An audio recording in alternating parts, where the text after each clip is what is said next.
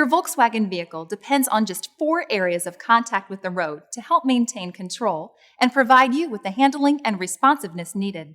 That's why the condition of your tires is so important, particularly the tire pressure. You should check the inflation of your tires with a pressure gauge at least monthly and before any long trip. Use the placard on the door jamb to find the recommended pressures and adjust the pressure if necessary. If you change the pressures, you will need to reset your tire pressure monitoring system to the new pressures. This procedure varies by model. Consult your vehicle owner's manual for details. Always keep an eye on your tires to help make sure the connection between your Volkswagen and the road stays firm. And be sure to read your owner's manual for important information and warnings about proper tire maintenance. For more information on taking care of your tires, see our video on tire wear.